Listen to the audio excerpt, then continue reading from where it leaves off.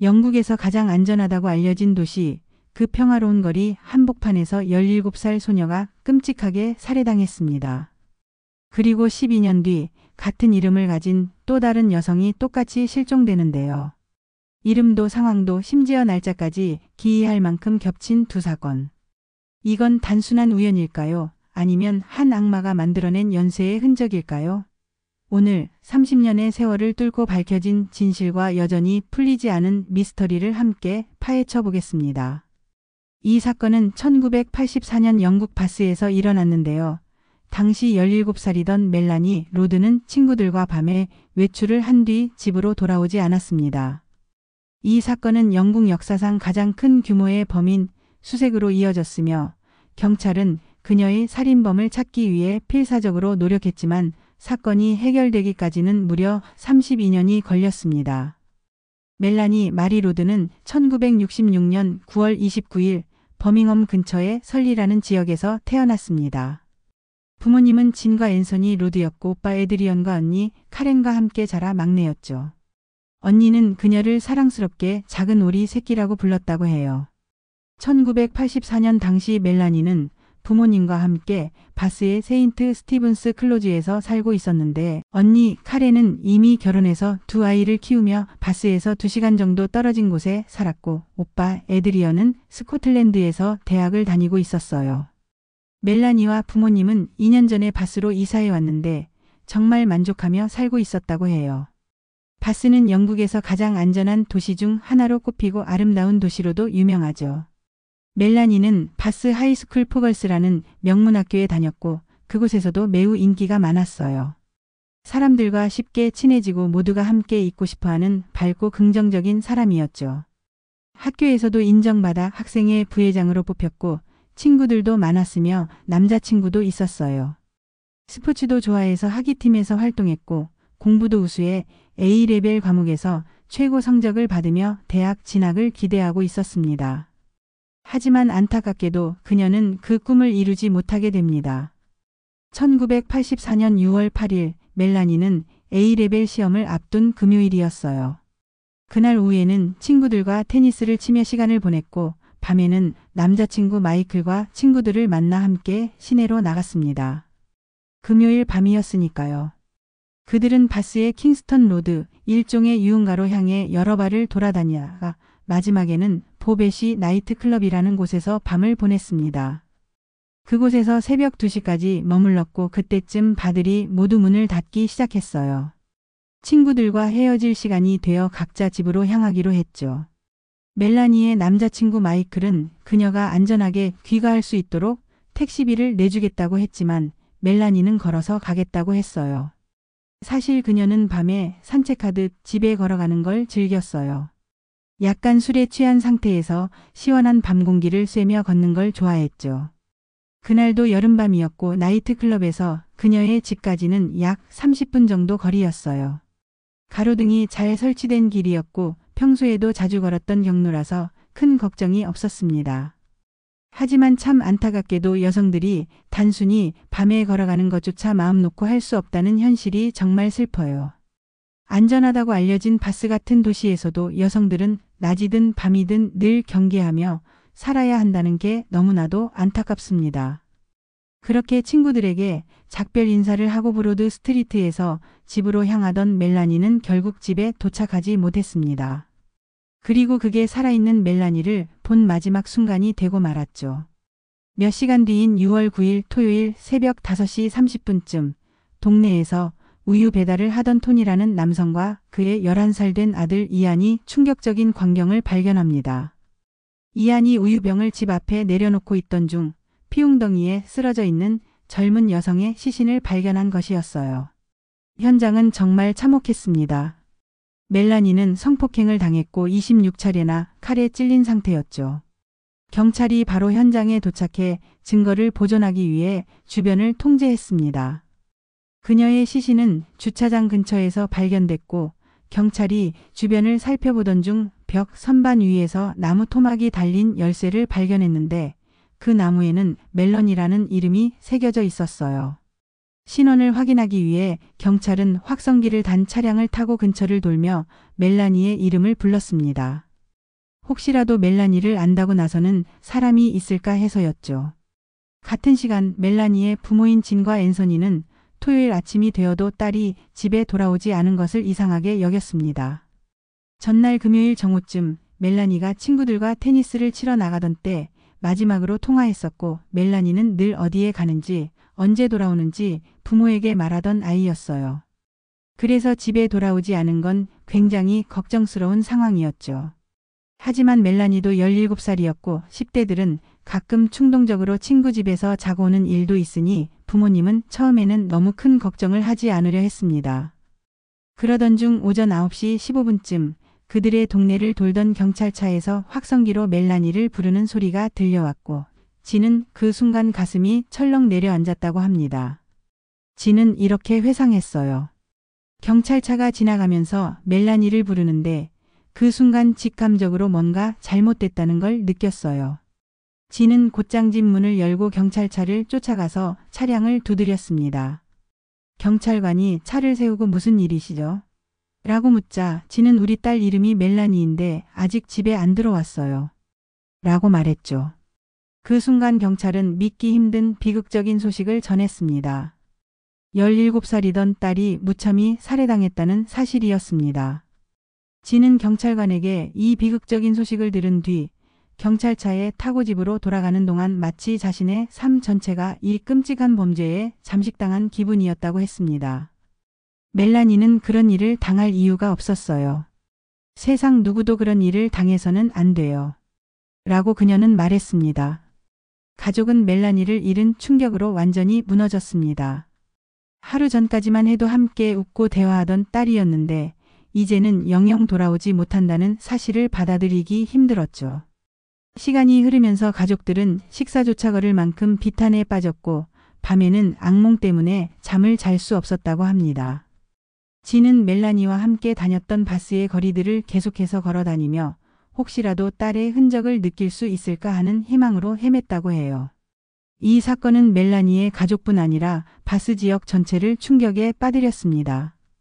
바스는 원래 영국에서 가장 안전한 도시 중 하나였기에 이런 끔찍한 범죄가 일어났다는 사실에 주민들은 큰 불안감을 느꼈습니다.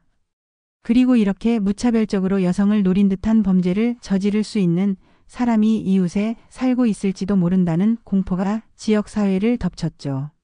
아본과 서머식 경찰은 곧바로 멜라니 살인사건에 대한 대대적인 수사에 착수했고 이 작전에는 오퍼레이션 로디움이라는 코드명이 붙여졌습니다.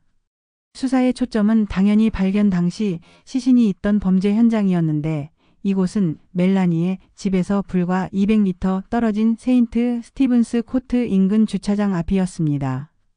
그날 오전 10시 법의학자가 현장을 조사하며 멜라니가 성폭행을 2차례 당했고 전면에 21번, 가슴 부위에 8번이나 칼에 찔렸다는 사실을 밝혀냈습니다. 등 쪽에 난 5개의 상처는 비교적 얕아서 범인이 멜라니를 위협하며 칼로 찔러가며 이동을 강요한 흔적일 수 있다고 경찰은 분석했습니다. 그리고 대부분의 자상은 멜라니의 오른쪽 몸쪽에 집중돼 있었기 때문에 범인이 왼손잡이일 가능성이 높다는 결론이 나왔습니다. 또한 주차장 근처에는 멜라니의 시신 옆에 또 다른 피웅덩이가 발견되었는데 경찰은 멜라니가 벽 뒤에 몸을 숨기려다 붙잡혀 거리 쪽으로 끌려나와 최종적으로 공격을 당했을 것으로 추정했습니다. 현장에는 시신 근처에서 시작되어 약 800m가량 이어진 피의 흔적이 남아 있었고 법의학자는 이 혈흔을 모두 채취해 분석했습니다. 총 74곳의 혈흔이 표시 기록되었으며 그중 시신에 가까운 혈흔은 멜라니의 것이었지만 이른바 도주 경로 쪽에 남겨진 14개의 혈흔은 제3자의 것이었습니다. 이 제3자의 혈액형은 영국 인구 중 3%만 가지고 있는 희귀한 단백질 구성이었고 이 사실은 경찰에게 큰 돌파구가 되었어요. 당시에는 DNA 기술이 막 도입되던 시절이어서 경찰은 주로 이 혈액형 정보를 통해 범인을 좁혀나갈 수밖에 없었습니다. 이 희귀 혈액형 덕분에 용의자의 범위는 엄청나게 좁아졌고 경찰은 바스 및 인근 지역에 이 혈액형을 가진 모든 남성을 추적하기 시작했습니다. 또한 호텔, 게스트하우스 등 모든 숙박업소에 투숙한 남성의 명단까지 확인하며 수사를 늘렸습니다. 당시 용의자로 추려진 남성은 8,000명이 넘었고 이 중 2,500명에게 DNA 검사를 시행했습니다. 수사 과정에서 약 94명의 남성을 체포했고 6,000건이 넘는 개별 수사선을 따라갔지만 그 어떤 이도 현장에서 발견된 희귀 혈액형과 일치하지 않았습니다. 당시 바스에는 약 8만 5천 명 정도가 살고 있었는데 그 모든 사람을 일일이 DNA 검사를 할 수는 없는 노릇이었죠. 경찰은 정말 최선을 다해 수사했고 놓친 단서가 없도록 철저히 뒤졌습니다. 성범죄 전력이 있는 남성이나 사건 당시 흉기를 가지고 있었던 남성 혹은 알리바이가 불분명한 사람까지 모두 조사하고 DNA를 채취했지만 2,500건이 넘는 DNA 샘플 중 어느 것도 범인의 것과 일치하지 않았습니다. 정말 말 그대로 건초더미 속 바늘을 찾는 수사였죠. 수많은 언론과 가족들의 호소에도 불구하고 결국 단서는 점점 끊기기 시작했고 사건은 미제로 남아버렸습니다. 그러나 공식적으로 사건이 종결되지는 않았어요. 1995년 멜라니가 살해된 지 10년이 지나 영국 최초의 국가 DNA 데이터베이스가 도입되면서 멜라니 사건도 재검토되었습니다. 그의 범인의 DNA 프로필이 완성되어 데이터베이스에 등록됐지만 당시 데이터베이스 안에 범인의 DNA와 일치하는 사람은 없었습니다. 다시 말해 사건 이후 10년이 넘는 동안 범인은 또 다른 범죄를 저질러 DNA를 채취당한 적이 없다는 뜻이었죠. 수사팀에게는 꽤 큰 타격이었지만 데이터베이스가 계속 커지고 있었기 때문에 언젠가는 반드시 일치하는 DNA가 나올 거라는 희망을 버리지 않았습니다. 그리고 멜라니 사건이 발생한 지 정확히 12년이 된 1996년 6월 9일 다시 한 명의 멜라니가 바스에서 실종되면서 모두를 경악하게 했습니다.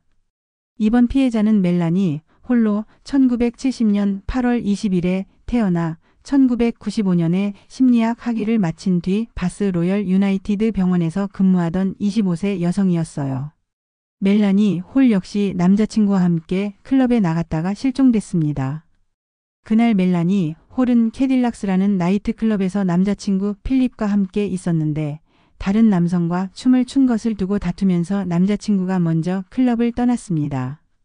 혼자 남게 된 멜라니는 새벽 1시 10분경 무도회장 옆 의자에 앉아있는 모습이 목격되었고 이후 외투를 찾으러 갔다가 클럽을 빠져나온 뒤 자취를 감췄습니다. 이틀 뒤인 6월 11일 출근하지 않은 멜라니를 걱정한 부모님이 실종 신고를 하면서 사건이 본격적으로 수면 위로 떠올랐습니다. 두 사건은 너무도 닮아 있었습니다. 이름이 같은 멜라니, 젊은 여성 남자친구와 함께한 밤 외출 뒤 실종, 그리고 12년 전 사건과 같은 6월 9일이라는 날짜까지. 사람들은 자연스럽게 두 사건이 한 범인의 소행일지도 모른다고 의심했죠. 하지만 멜라니 홀 사건은 멜라니 로드 사건보다 더 어려운 상황이었습니다. 시신조차 발견되지 않았기 때문입니다.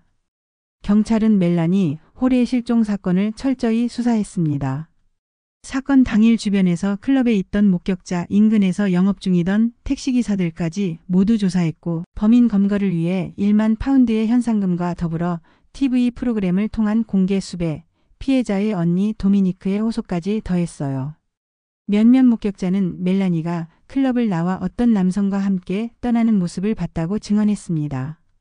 그 남성은 백인의 27세 정도, 키 178cm, 평균 체격에 짙은 갈색 머리카락을 가졌으며 검정색 바지와 구두 갈색 실크 셔츠를 입고 있었다고 했습니다. 다른 목격자들은 새벽 2시쯤 교회 근처에서 어떤 남성과 언쟁을 벌이는 여성을 보았다고 증언했고 또 다른 증언에서는 근처 주차장에서 한 여성이 강제로 차에 태워지는 장면을 봤다는 제보도 있었습니다. 하지만 경찰은 끝내 멜라니 홀의 시신을 찾지 못했고 실종된 지 8년이 지난 2004년 11월 17일 그녀는 공식적으로 사망 선고가 내려졌습니다. 그 뒤에도 여러 추측이 있었어요. 배트맨 강간범이라 불린 미확인 범죄자가 멜라니 홀 사건과 관련 있다는 이야기도 나왔습니다. 그는 1991년부터 2000년까지 바스에서 17건 이상의 성폭행을 저지른 것으로 추정되었으며 범행 현장에 배트맨 로고가 새겨진 모자를 남기면서 붙여진 별명이었죠. 그러나 이 역시 명확히 밝혀진 것은 없었습니다. 그리고 2009년 10월 5일 애모고속도로 근처에서 제초 작업을 하던 작업자가 비닐봉지에 쌓인 유골을 발견했고 이 안에는 두개골과 골반, 허벅지, 뼈 등이 들어 있었습니다. 발견된 반지로 가족이 신원을 확인했고 부검 결과 멜라니 호림이 최종 확인됐습니다. 경찰은 유골을 묶어둔 끈에서 DNA를 채취했지만 끝내 범인을 특정하지 못했어요. 이후 현상금이 2만 파운드까지 올라가며 수많은 제보가 들어왔지만 여전히 용의자를 특정할 수 없었습니다. 2014년 멜라니 로드 사건의 재수사를 맡은 줄리 맥케이 수사관이 다시 DNA를 통해 사건을 뒤쫓았습니다. 이른바 가족 DNA 검색이라는 기법을 활용해 범인에 가까운 친척이 데이터베이스에 등록되면 이를 단서로 삼는 방법이었죠. 처음 시도했을 때는 성과가 없었지만 몇 년 뒤 다시 시도한 결과 범인과 유전적으로 가까운 DNA가 데이터베이스에 나타났습니다. 이 DNA는 한 여성 클레어 햄프턴의 것이었고 경찰은 그녀의 아버지 크리스토퍼 햄프턴을 주목했습니다. 그는 멜라니 로드가 살해될 당시 바스에 거주했고 현재는 브리스톨에서 도장공으로 일하고 있었어요. 경찰은 그에게 DNA 채취를 요청했고 햄프턴은 순순히 응했습니다. 결과는 완벽한 일치였죠. 32년 동안 숨어 지낸 범인의 정체가 마침내 밝혀진 순간이었습니다. 햄프턴은 2015년 7월 3일 체포됐고 이듬해 3월 재판에서 처음에는 무죄를 주장하다가 결국 유죄를 인정했습니다. 재판부는 최소 22년형의 종신형을 선고하며 그가 아마도 교도소에서 생을 마감할 것이라고 언급했습니다. 멜라니의 가족은 오랜 세월 이어진 고통의 무게를 조금은 덜 수 있었지만 여전히 딸을 잃은 상처는 치유되지 않았습니다. 특히 햄프턴은 범행 동기나 구체적인 진술을 끝내 밝히지 않아 가족은 영영 그날의 진실을 알 수 없게 되었죠. 그리고 12년 후 실종된 또 다른 멜라니 홀 사건은 아직까지도 해결되지 않은 채 남아 있습니다.